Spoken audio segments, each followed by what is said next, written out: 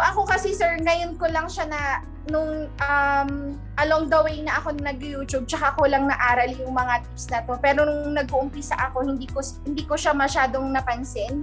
Kasi nga ang purpose ko lang talaga is parang libangin yung sarili ko kasi nga skeletal schedule ko, sayang yung mga time na wala akong pasok. Ngayon. So nung along the way na ng journey ko ng YouTube, tsaka ko pa lang na nakita yung mga ito na hindi ko nakita nung nag-uumpisa ako. So unang-una sir, sa pag-create ng YouTube account, so dapat pag nag-create ka ng YouTube account, hindi lang siya syempre dapat sir meron kang Google account, ganun. Pero dapat i-sure natin na na-verify yung email natin, lalong-lalo na dun sa YouTube kasi i-email back naman yan si YouTube kung talaga nakapag-register ka na.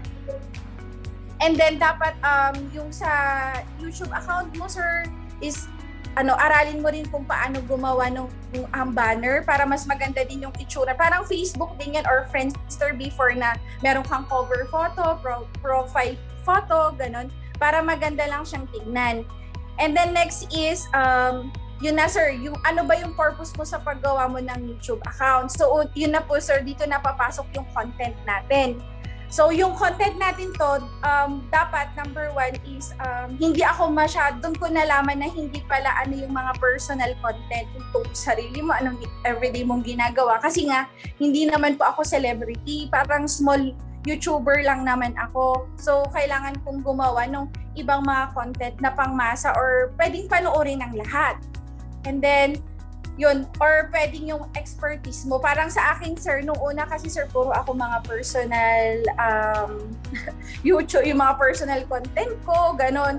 Tapos, nung that time na pinalitan ko, kasi nasa travel agency naman ako, what if kaya gumawa ako ng mga about sa travel, yung mga travel requirements, which is napapanahon kasi ngayong pandemic. So yun sir, dun sa content ko na yun, dun po parang dumami. Nagulat ako na from 50 viewers, naging 100, naging 500. Nagulat ako kinabukasan, parang naging yung iba sir, nasa 800 na. So sabi ko, tuwang-tuwa ako. And nung ganun yung naging content ko sir, maraming comments which nagko-comment na sila na, ma'am, paano po yung ganito? May suggestion po ba kayo kung saan clinic? Ganun, kung ano po yung mga requirements, kung one night lang, ganun. So, dun sabi ko, okay pala tong content ko na to for mga travels and travel restriction. And then next is sa music, yung choice na pagpili ng music kasi sir dapat din masaya tapos hindi boring, tapos naaayon siya dun sa content mo.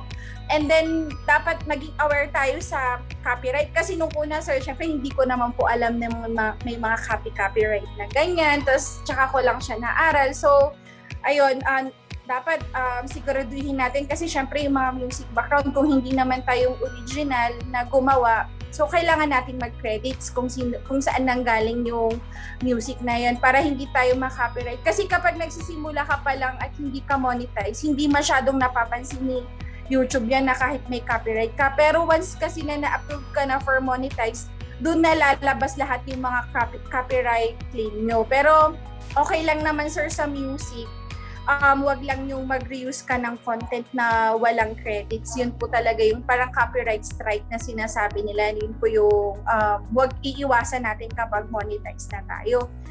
And then, ano pa ba? Sir, yung pagiging creative nyo sa thumbnail. Ito yung sinasabi ng thumbnail, yung unang makikita ng mga viewer. Kasi syempre, ito yung pinaka-catchy na part sa YouTube. Syempre, kahit naman po tayo, pag nakita natin na parang colorful or basta catchy siya sa mata ng mga viewers mo, i-click po natin yan. Pero kung walang plain naman siya sir, or parang walang kabuhay-buhay, di ba sir, parang hindi din natin siya papanoorin or i-click, ganon. And then lastly sir, yun po, siguro napadami din po yung viewers ko, supporters and subscribers dahil po sa pagsali ko sa mga group. Which is nung una sir, hindi ko alam talaga yan. Pero nung that time nga sir na sumasali ako sa group na pare-pareho kami ng content, yun sir, mas dumami siya. Nag-start lang ako dyan, sir, sa pag-comment sa isang YouTuber. Tapos nag-comment lang ako na sabi ko na napakaganda po nung videos ninyo. Ganon, sana po sa susunod na mga video. Nagsasuggest lang ako, sir, ng mga topic niya which is about sa editing. Kasi nga, sir, ang hindi ko alam, mga transition. Tapos piniem niya na po ako, tapos sabi niya sa akin, mag-join ka dito sa group namin, ganyan. Tapos yun, sir, join na nila ako sa group, which is kaming mga group na to, pinapanood namin yung mga videos namin, then nag-suggest kami na, sa next, ganito yung gagawin nyo, ganon. Tapos ang maganda kasi dito, sir, hindi lang siya dito sa Pilipinas yung group na to, which is international siya, international group to. At maganda dun, sir, wala ka namang babayaran, kasi ang YouTube ngayon, sir, may mga membership din, which is hindi ko naman po kayang bayaran. Kaya thankful ako kasi may mga group na sa akin nag-aampon yun. Tapos yun. Tapos yun din, thankful ako kasi may mga tao na parang kahit hindi ko nag-give up na ako, sila yung sabi, hindi, kaya mo yan, ganun. Hanggang okay naman na, sir. Dumami naman yung subscriber ko, kaya tuwang-tuwa ako. So ma'am, yung group ba na sinasabi mo, iba pa to kasi pag nag-search ka sa Facebook, tapos nilagay mo ang YouTube group, may lalabas doon na pwede mong salihan, tapos yung mga members magpapalitan lang kayo ng subscribers. Kumbaga, mag-subscribe ka sa channel ko, magsusubscribe din ako sa channel mo. So mga ganong exchanges. Iba ba yung group na binabanggit mo doon sa mga group na nakita ko? Actually, sir, hindi ako member nung hindi ko alam yan, sir, yung magsa-search dati sa YouTube, mga small YouTuber na ganyan, tapos yung magkikipag-sub to sub sila, yung nagchat-chat kayo tapos isub mo ako, sub kita, ganon. Sir, yung sa akin kasi, sir, is meron lang ako, yung sa akin, sir, nag-start, yun lang, sir, may nag-comment ako sa niya, sa isang video niya, tapos inad niya po ako sa Facebook, tapos sinama niya na ako, sir, sa group po. Ganun yung sa akin, sir, hindi po ako, kasi, sir, sabi nila, yung mga ganyan daw, sir, is yung mga sub to sub, watch to watch, affect daw yan, sir, sa analytics. Opo, kaya, sir, hindi ko din ginagawa kasi nga, sir, natatakot din ako kasi naisip ko, sayang naman yung 3 subscriber na dumagdag kasi mababawasan daw siya, sir. Which is, na-check ko naman siya, totoo kapag nagbabawas talaga siya, lalo na kapag, yun nga, sir, nakita na sumasali ka sa group, yung mga live stream na gano'n po. Nagbabawas talaga siya. Pero yun, sir, tiyaga lang naman. Na-try ko din sumali, sir, sa gano'n, yung live stream, which is talagang puyatan kasi nga international siya, iba yung oras, lalo na yung kapag yung nag-handle ng live stream nasa ibang bansa, so iba yung time niya sa time natin. Natatry ko, sir, may na-add naman, sir, na mga subscribers, yun lang, sir, nagbabawa siya. Tsaka ang ko dun kasi, sir, is kahit na ma-i-add sila sa group ko, tapos hindi naman nila papanoodin yung video ko kasi parang ang purpose lang nila is sumali at makapag-add, pero ang pinaka-purpose mo kasi is makakuha ka ng viewer mo na magsusubscribe sa at papanoodin niya yung videos mo. Kasi karaniwan sa mga sumasali sa ganun is hindi yun yung pinaka-main channel na gamit nila. Gumagamit sila ng ibang mga Google account kasi nga ayaw din nila maapektuhan yung main channel nila. Which is nadadagdagan nga yung subscriber mo, pero yung mga subscriber mo yun is ghost naman. Hindi naman sila talaga, kumbaga hindi sila loyal na papanoodin yung videos mo. Nadagdagan yung subscriber mo, pero yung mga subscriber mong yun, hindi mo naman alam kung talagang papanoodin nila, which is maganda dun sa group namin kasi makikita mo talaga na pinapanood nila, tapos magko-comment talaga sila na nandyan sila na nagsusupport sa'yo. Yun yung pagkakaiba naman nun, sir. So bali, ma'am, ang nakukuha ko dun sa sinasabi mo, hindi nyo nire-recommend na mag-join ng mga sub-to-sub group, yung mga ganon, kasi pwede mo sabihin na peke naman yung subscribers, parang artificially na nai-inflate yung numbers. Tama ba? Opo, sir. Kasi ang main channel, sir, isang beses lang tayo pwedeng mag-subscribe. Diba? Parang ako, isang beses lang tayo pwedeng mag-subscribe. Ngayon, ang ginagawa kasi sa mga live streaming, sir, minsan is gumagawa sila ng mga ninja account nila. Parang ako, sir, sabi nila gawa daw ako ng Ninja account ko para may bago akong subscriber.